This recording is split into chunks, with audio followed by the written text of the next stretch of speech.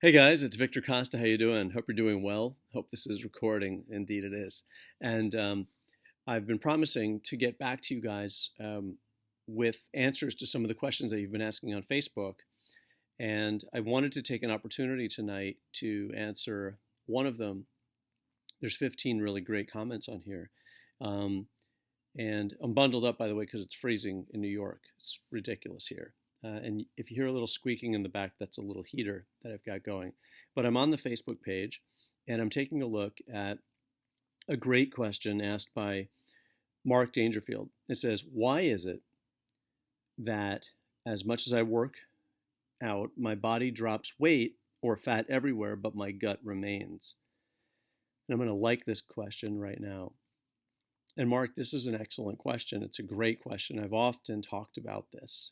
Um, so I tend to think of that last little bit of fat around the gut as kind of like the prudent reserve fund. I remember one of my friends from down south, he said that he's got three things that he cherishes. He's got his hard drive, picture of his mother, and his prudent reserve fund. And I think that was a couple $1,000 that he has just in case there's a disaster of some sort.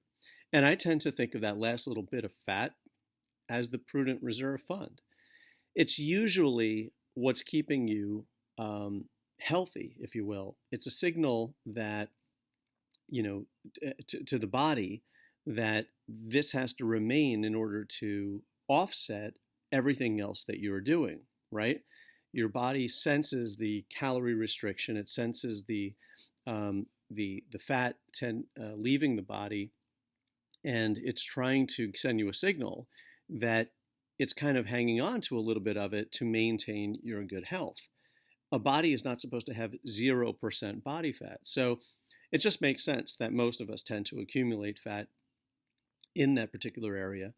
And it is not the universe that is trying to cheat us or annoy us that we can't get rid of that last little bit of fat or our love handles. Rather, it's the reverse. It's the universe connecting with us and telling us that it's trying to take care of us. That's why this fat is staying there. It's hanging on to take care of your health. So how do you get rid of it and at the same time maintain good health? Well, if you really want to get into it, the body is really sensitive. It's a bit of a paradox, right? As you tend to lose weight, sometimes you get slightly fatter. And the reason for that is because your body is trying to preserve and take care of you. So how do you offset that, right? So it's actually the reverse. It's kind of like a paradox too. The way to do it is to eat into it. You see, your body, if you're restricting too many calories, is going to slow down your metabolism and tend to hang on to the fat.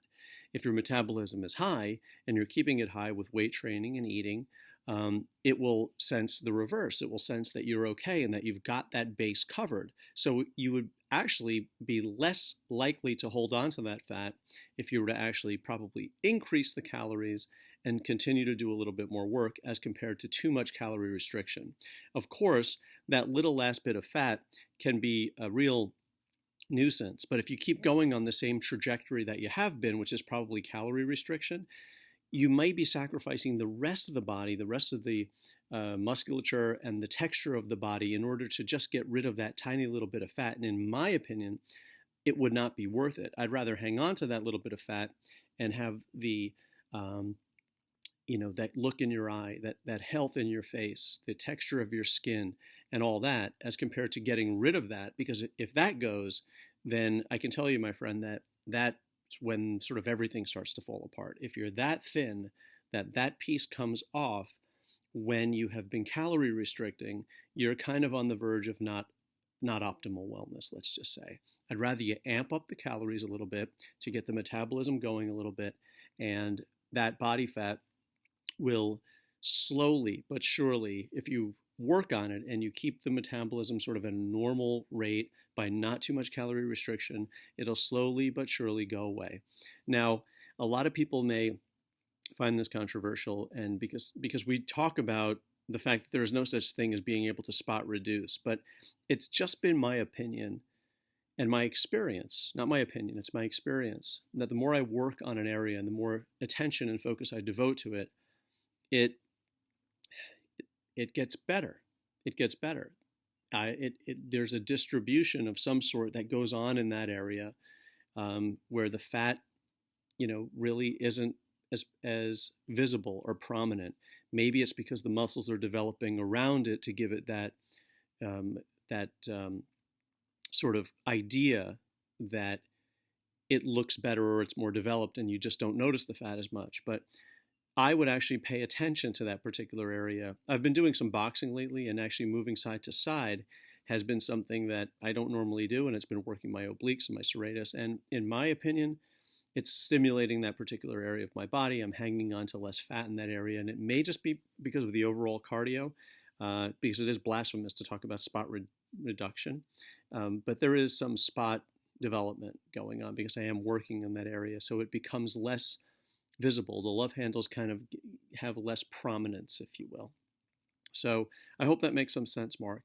I hope you guys enjoyed the rest of the video, or enjoyed this video and the rest that are soon to follow, answering some of these questions. And I wish you guys all the best. Peace, love, and muscles. Say hello at Vicsnatural, and of course, like and share the videos. Thanks.